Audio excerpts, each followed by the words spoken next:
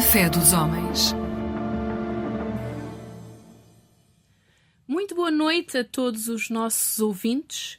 Hoje antecipamos com este programa o dia 10 de novembro, Dia Mundial da Ciência pela Paz e pelo Desenvolvimento. Este dia foi proclamado pela Unesco em 2001 e o propósito deste dia é destacar o papel da ciência no desenvolvimento e pacificação das sociedades e promover a cooperação nacional e internacional neste domínio.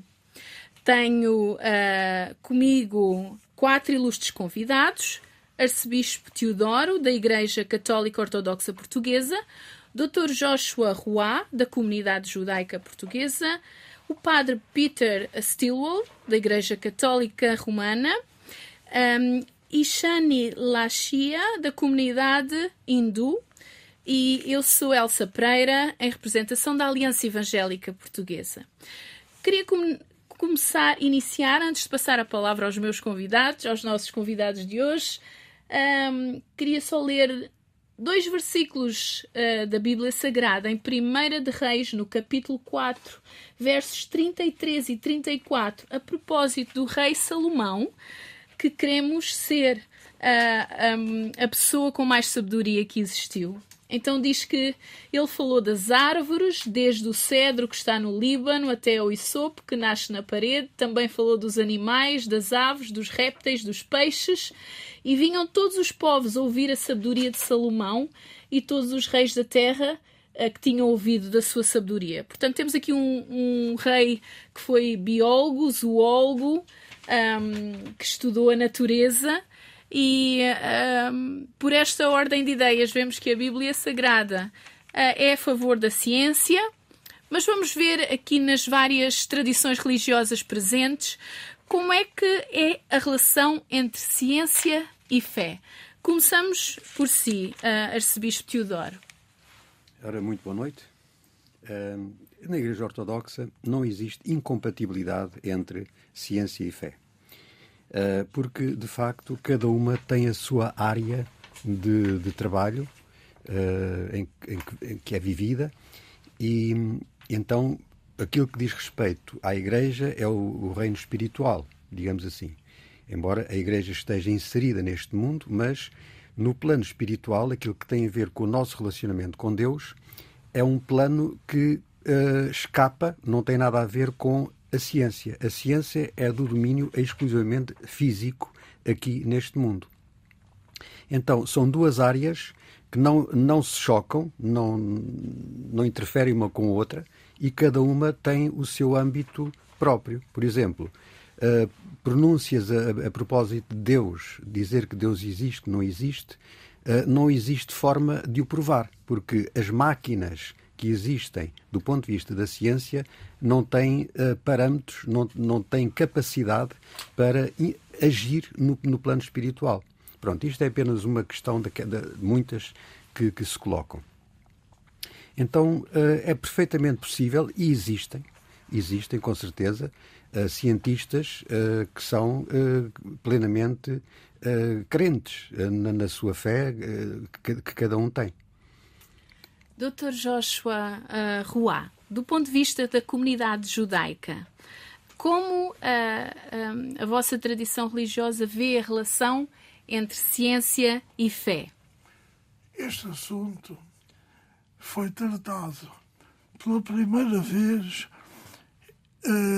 no princípio do século XIII por Maimónides. Maimónides disse e escreveu que havia 2 vias para o aperfeiçoamento humano. Havia espiritual e havia científica, que em princípio pareciam contraditórias, mas que eram complementares. E eram complementares porque ambas as pessoas que ou seguiam a via espiritual ou a via científica estavam a contribuir para o bem da humanidade. E como tal, ele até aconselhava os seus alunos diversos documentos que existem, que deviam começar pelas chamadas ciências profanas ou da natureza, para que depois pudessem compreender melhor as espiritualidades.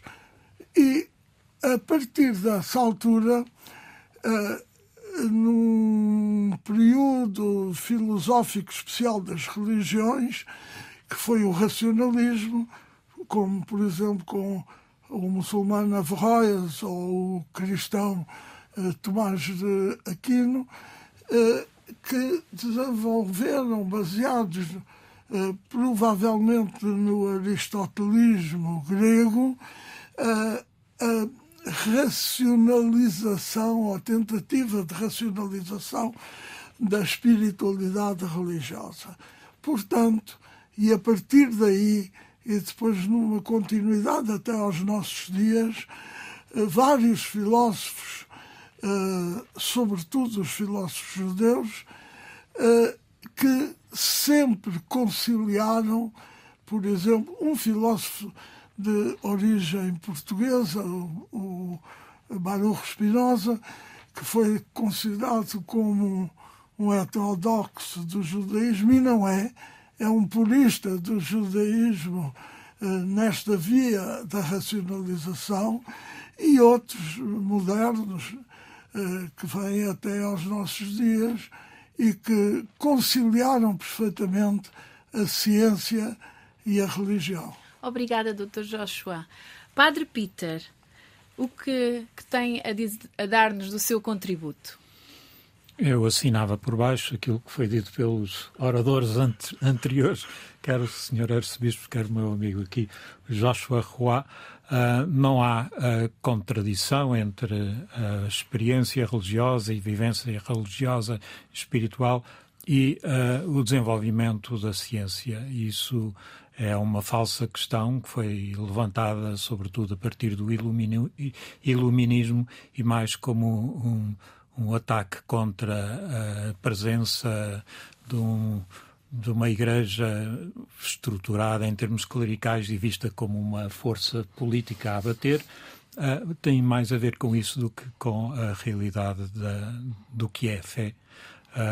Nós, no Credo, dizemos todos os domingos: creio em Deus Pai, Criador do céu e da terra, de todas as coisas visíveis e invisíveis. E com isso evocamos a primeira página da Bíblia, em que Deus criou tudo. E, portanto, foi sempre considerado, embora às vezes houvesse tensões internas, como há no interior da ciência, entre cientistas, foi sempre considerado que há dois livros a partir dos quais se pode tentar compreender a presença de Deus nas nossas vidas. Um é o livro da natureza, o outro é o livro das Escrituras, ou seja, da nossa tradição da experiência espiritual que nos é passada de geração em geração.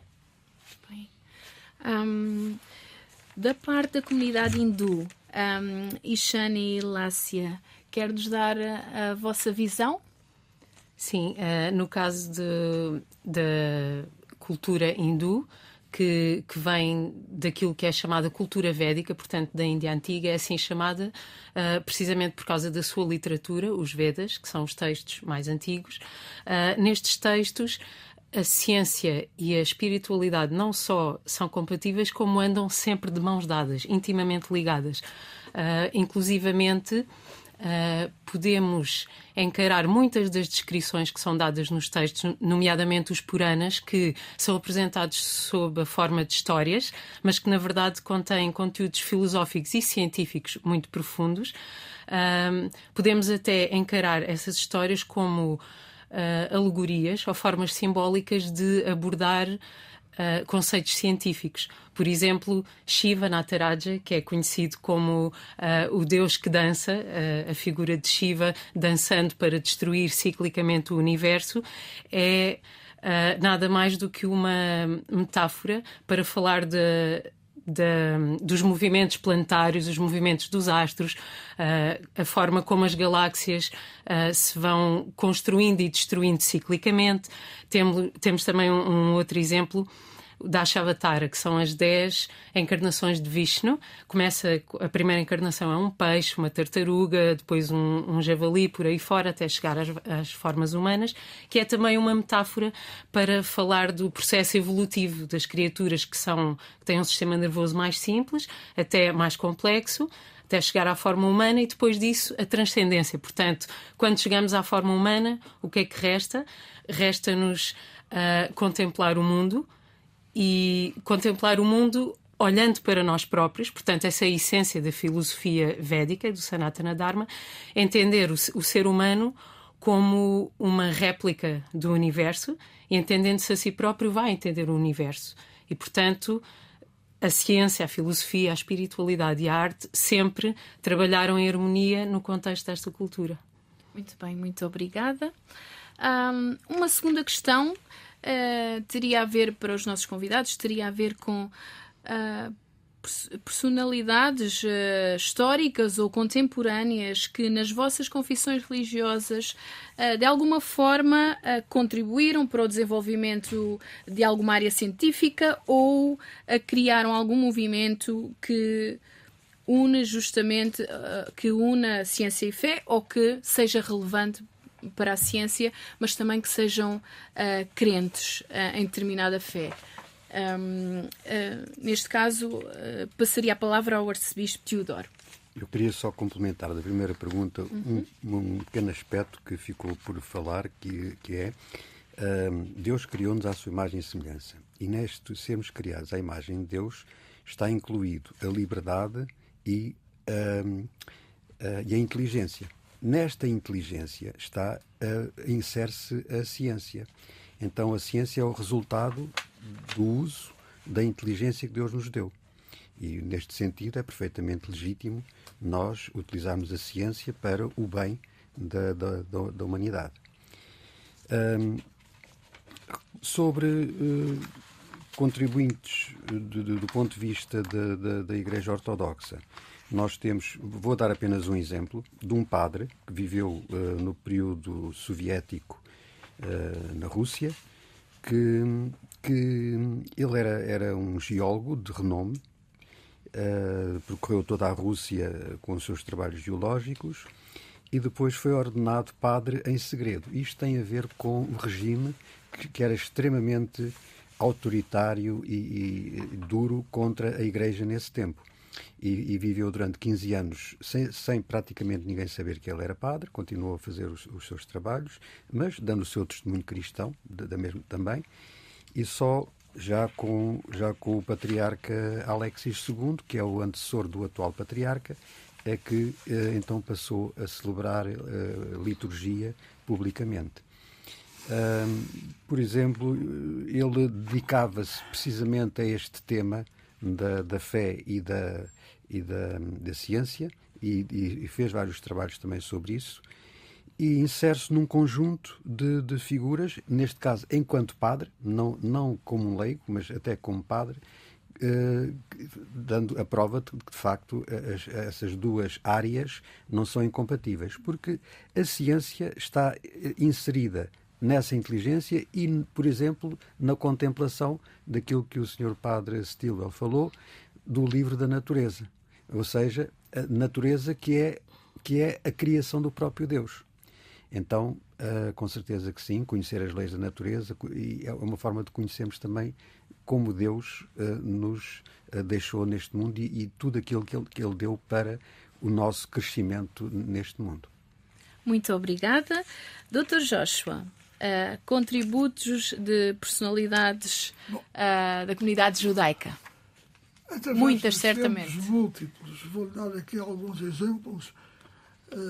Primeiro, Maimónides, ainda no século XIV, Gersónides, na época moderna, digamos, da Renascença, o próprio Baruch Spinoza, que já falei, e até praticamente aos nossos dias, Hermann Cohen, que morreu em 1918, e Martin Buber, que em 1965, E falando, enfim, num que outro filósofo judeu, o Levinas, que morreu em 95, e rabinos vários, entre os quais um muito importante, que foi o rabino do Commonwealth, que foi o Jakobovich, que foi um homem que conciliou muito o saber da religião com o saber das ciências, por exemplo, numa coisa extremamente importante na medicina, que foram os transplantes, e da colheita de órgãos e o transplante de órgãos. E que foi definitivo, digamos, para que se pudessem fazer, conciliando regras religiosas com regras científicas. Muito obrigada, Dr. Joshua. Padre Pítor, contributos de católicos romanos para a ciência.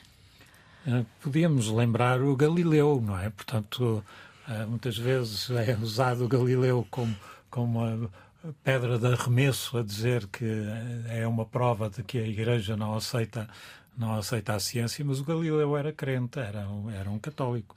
E ele, aliás, fundava, se não me engano, uma parte do seu pensamento sobre Copérnico. Nicolau Copérnico era um padre polaco. Há outro padre que se chama Mendel e que inventou ou descobriu as regras como é que é? As ervilhas. Das leis de Mendel, exatamente. Ainda no século XX tivemos um grande mestre da astronomia e da física, que é o padre Lemaitre, que era um belga, que convivia com com os grandes físicos do seu tempo e que chegou à conclusão de que o universo tinha nascido de um Big Bang. Foi ele que foi ele que propôs essa hipótese e chamou a atenção ao Papa Pio XII que não se devia utilizar isso para tentar provar que então a criação da Bíblia tinha nascido daquela maneira, que a Bíblia anuncia, porque, dizia ele, não se devia confundir aquilo que é a reflexão ao nível da fé, a reflexão teológica com a reflexão científica. Portanto, não faltam exemplos de pessoas que fizeram esse estudo da natureza, de que já falamos aqui, compreendendo que ela tem a sua autonomia, as suas regras próprias, mas, ao mesmo tempo, temos que chamar a atenção para quando a ciência se procura transformar em religião, então realmente estamos a nível de choque. Quando a ciência pretende ser a única interpretação do real, a interpretação exclusiva, então nós temos aí um ponto de contenda. Sim, sim. Muito obrigada por esse último contributo. De facto, é de facto necessário termos isso em conta. Ishani, da parte da comunidade hindu, alguns exemplos proeminentes para a ciência? Existem muitos, desde há muito tempo até ao século XX, mas vou citar aqui apenas alguns, os mais relevantes. Temos Sushruta, que é considerado o pai da cirurgia e que escreveu o tratado Sushruta Samhita, que é relacionado com medicina, portanto o Ayurveda, a medicina que vem da antiga Índia, e ele executou a primeira cirurgia ocular, portanto isto há 2500 anos. Temos também Aryabhata, que é essencialmente conhecido por ter estudado as posições e movimentos dos astros, e nos seus estudos em álgebra e trigonometria temos também como seu grande contributo a aplicação do zero e do sistema decimal. Varahamihira, que viveu no século VI depois de Cristo, deu também um enorme contributo nestas áreas da matemática, arquitetura, movimentos planetários e relação da meteorologia com a agricultura. Baudhayana é um exemplo muito interessante porque ele é que foi o autor do teorema que atualmente se conhece como Teorema de Pitágoras. No entanto, viveu 1000 anos antes de Pitágoras. E no século XIX tivemos Srinivasa Ramanujan, que era considerado um gênio da matemática, e curiosamente a sua quando lhe perguntavam como é que ele tinha chegado a determinadas fórmulas matemáticas, ele muitas vezes não sabia dizer exatamente como é que foi feito, porque ele dizia que era divinamente inspirado. A verdade é que os resultados matemáticos estavam lá. No século XX temos Vikram Sarabhai, que foi um físico e um dos fundadores do Programa Espacial da Índia, e, portanto, o seu contributo foi muito grande no desenvolvimento da pesquisa na área nuclear, que a Índia usa, obviamente, para propósitos de defesa. Portanto, temos aqui alguns exemplos. Da parte do cristianismo evangélico / protestante, também poderia mencionar vários nomes. Por agora vou mencionar Francis Collins, que, portanto, do século XX, XXI, portanto, ainda vive. Foi diretor do Instituto de Investigação sobre o Genoma Humano dos Estados Unidos, liderando o projeto que mapeou o DNA. Depois tornou-se o diretor do Instituto Nacional de Saúde em 2009, sob a presidência de Obama, até 2021. O presidente Biden disse sobre ele: milhões de pessoas nunca saberão que o Dr. Collins lhes salvou a vida. Em 2006 ele escreveu o livro A Linguagem de Deus, um cientista que apresenta evidências para a fé. Quanto à sua filiação religiosa, ele dizia que foi metodista, presbiteriano, batista, episcopal. Portanto, ele queria dizer que as diferenças denominacionais não são essenciais para ele. E, recentemente, lançou um novo livro chamado O Caminho para a Sabedoria, sob a Verdade, a Ciência, a Fé e a Confiança. Portanto, fica aqui um exemplo de alguém proeminente na ciência e que também viu o dedo de Deus na natureza, como todos nós já falámos. Vamos para a nossa mais uma ronda de perguntas sobre questões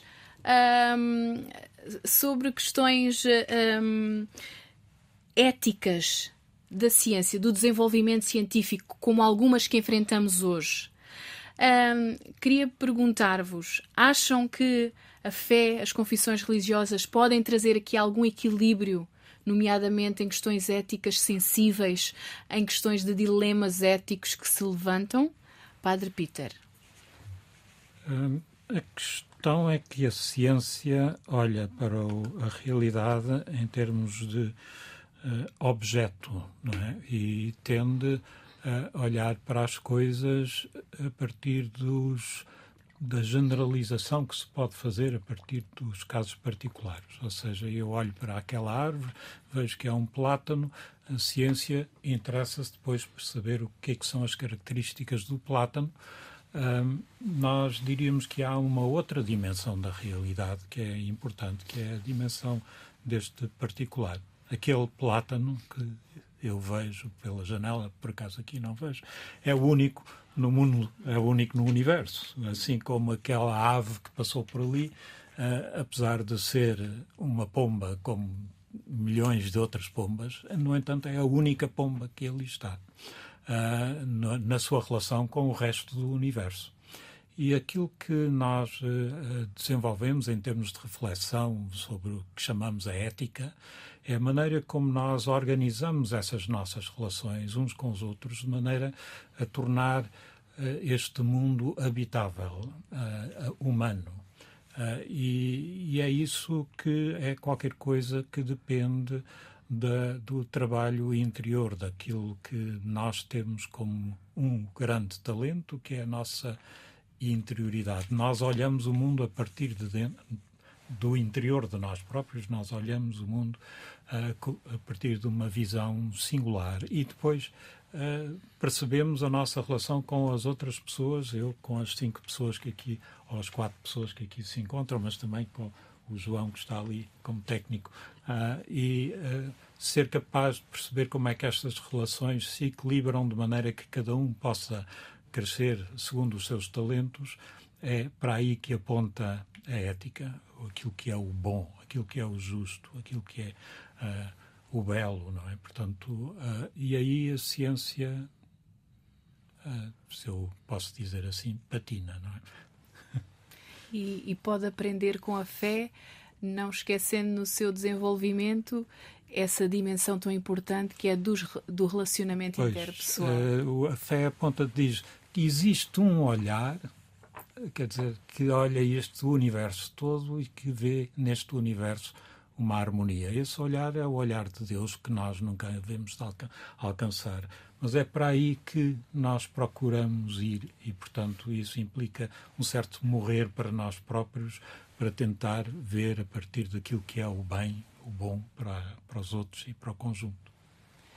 Arcebispo Teodoro, nesta questão dos dilemas éticos sensíveis, alguns levantados pelos desenvolvimentos da ciência e da tecnologia, que contributos acha que a fé pode dar?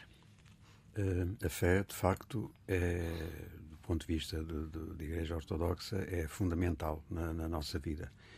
Através da fé, nós conseguimos, e com a ajuda de Deus, conseguimos entrar em comunhão com o próprio Deus.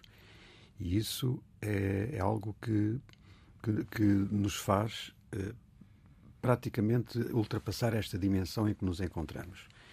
E é essa a vocação, o chamamento que Deus tem para nós. Nós aprendermos nesta vida que Deus nos dá a entrarmos em comunhão com Ele. E a partir daí, depois, podermos herdar o reino dos céus, se formos corretos e assertivos nesse mesmo caminho. É claro que existem problemas, como também já o Sr. Padre Stilwell falou, quando de facto a ciência procura invadir o espaço que não lhe pertence da espiritualidade, como por exemplo, nós agora falando sobre a inteligência artificial, nós notamos que já tem vários problemas e alguns que se podem configurar com muita gravidade. Aparentemente vai dar-nos muitas facilidades, muita rapidez de alcançar informação, esse tipo de coisas que tornam o mundo mais rápido.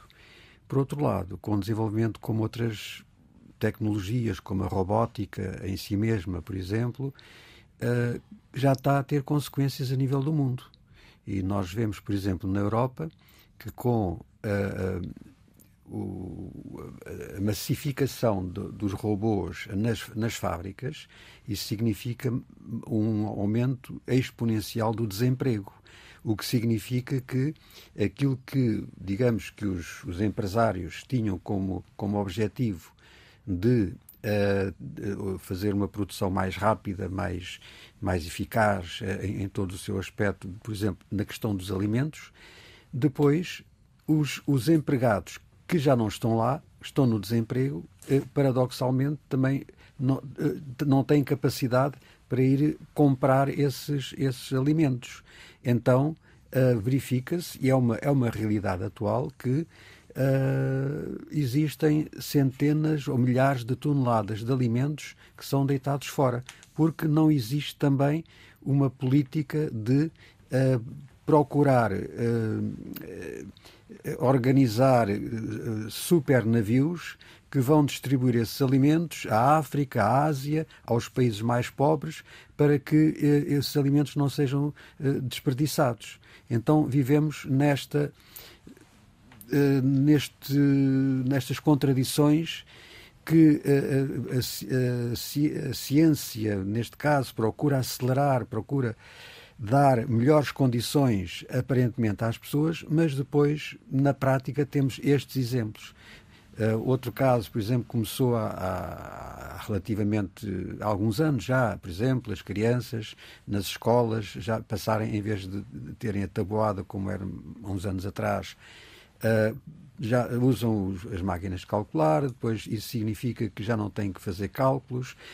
As pessoas, quando precisam de algum elemento, de algum documento, vão buscá-lo à internet, porque está tudo disponível na internet, então não têm que se esforçar. Praticamente, agora através da inteligência artificial, já praticamente se podem fazer teses só com a inteligência artificial, a pessoa não faz praticamente esforço nenhum, e aquilo é uma obra original, porque é feita pela inteligência artificial. Só que há outros perigos também que vão acontecendo a nível da inteligência artificial. Essas máquinas têm erros. Elas têm uma criatividade exagerada no sentido de misturar aquilo que é algumas verdades dos dados que elas têm ao seu dispor com coisas criadas por elas.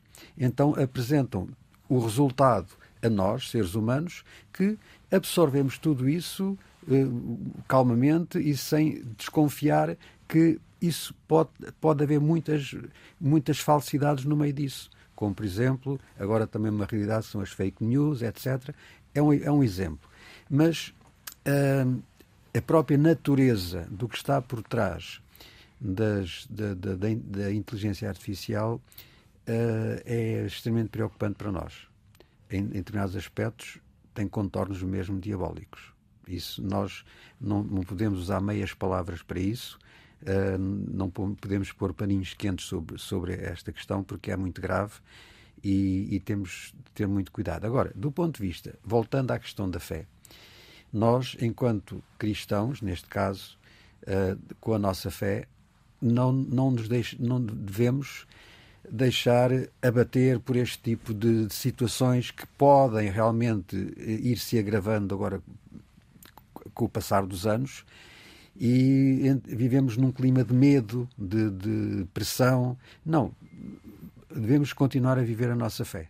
E com isso, Deus dá-nos a força para nós irmos vivendo com sacrifícios, naturalmente, com as dificuldades que existem, mas através dessa vivência nós darmos o nosso testemunho daquilo que é o ser cristão na atualidade. Dr. Joshua, do seu ponto de vista, ou do ponto de vista da comunidade judaica, a fé pode trazer algum equilíbrio a estas questões, estes dilemas éticos da ciência? Logo no princípio da Torá, no primeiro livro, Deus diz ao homem que tem que conquistar o mundo e dominar o mundo. E isto é interpretado, por exemplo, por Maimónides, o racionalista, como uma proposição que Deus faz à humanidade de continuarem a criação. E a ciência não é mais do que a continuidade da própria criação. No entanto, e ao contrário, perdoe-me do que disse o Sr. Bispo, o avanço tecnológico não cria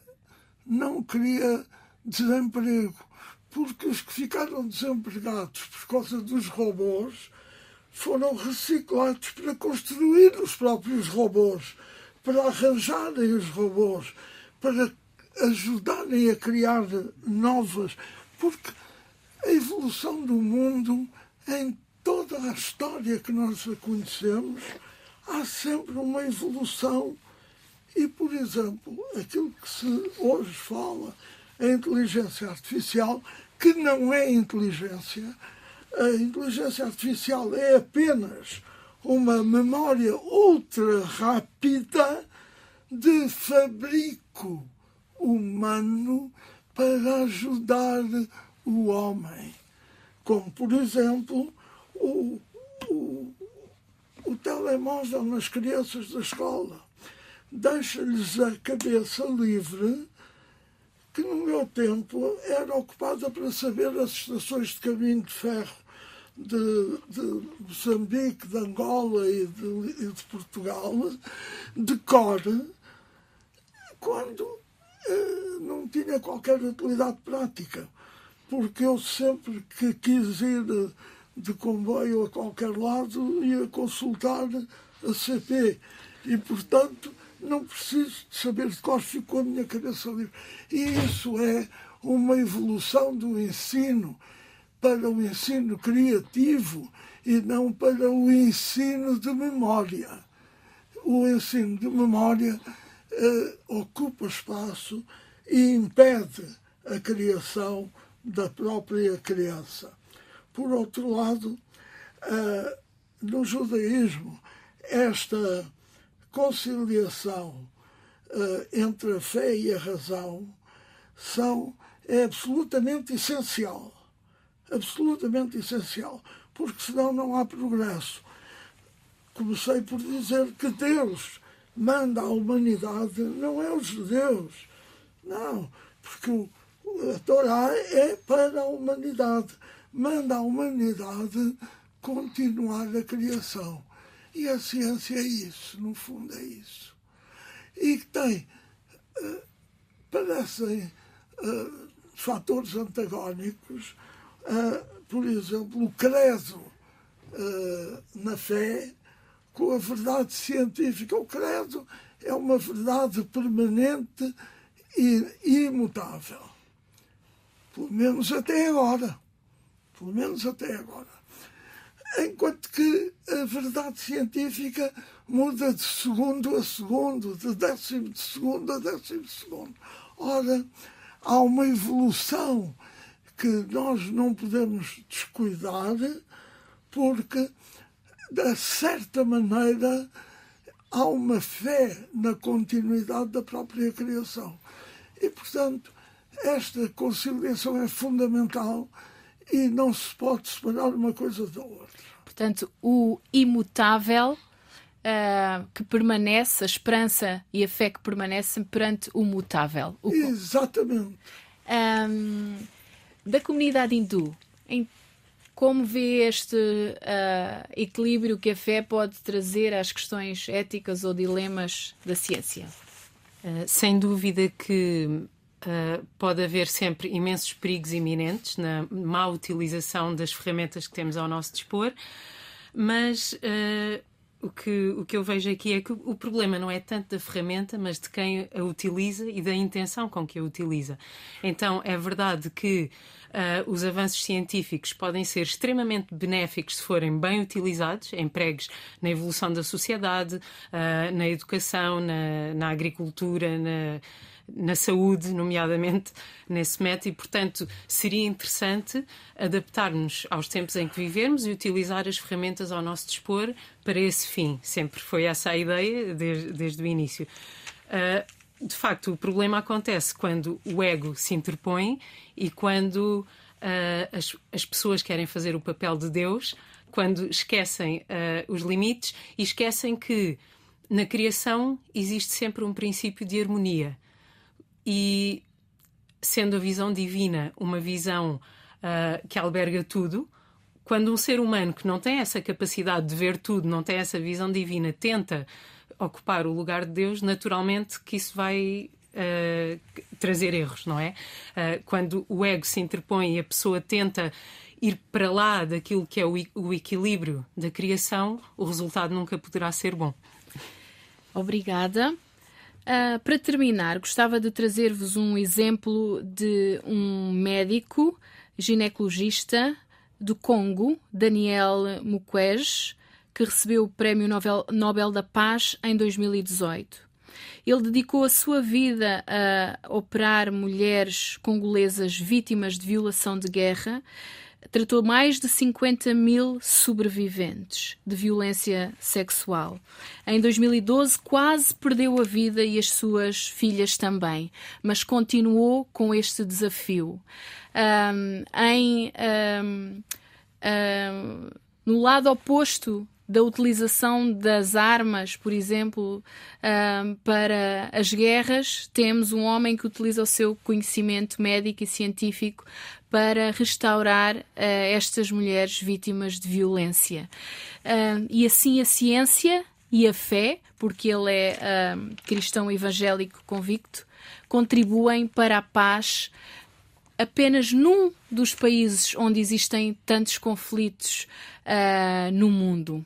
Que a fé possa continuar a ser esperança e possa continuar a ser também um guia que apela aos direitos humanos do homem que foi criado pelo Criador para viver, de facto, em harmonia e paz. Boa noite a todos os nossos ouvintes. Desejamos-vos uma semana cheia de paz.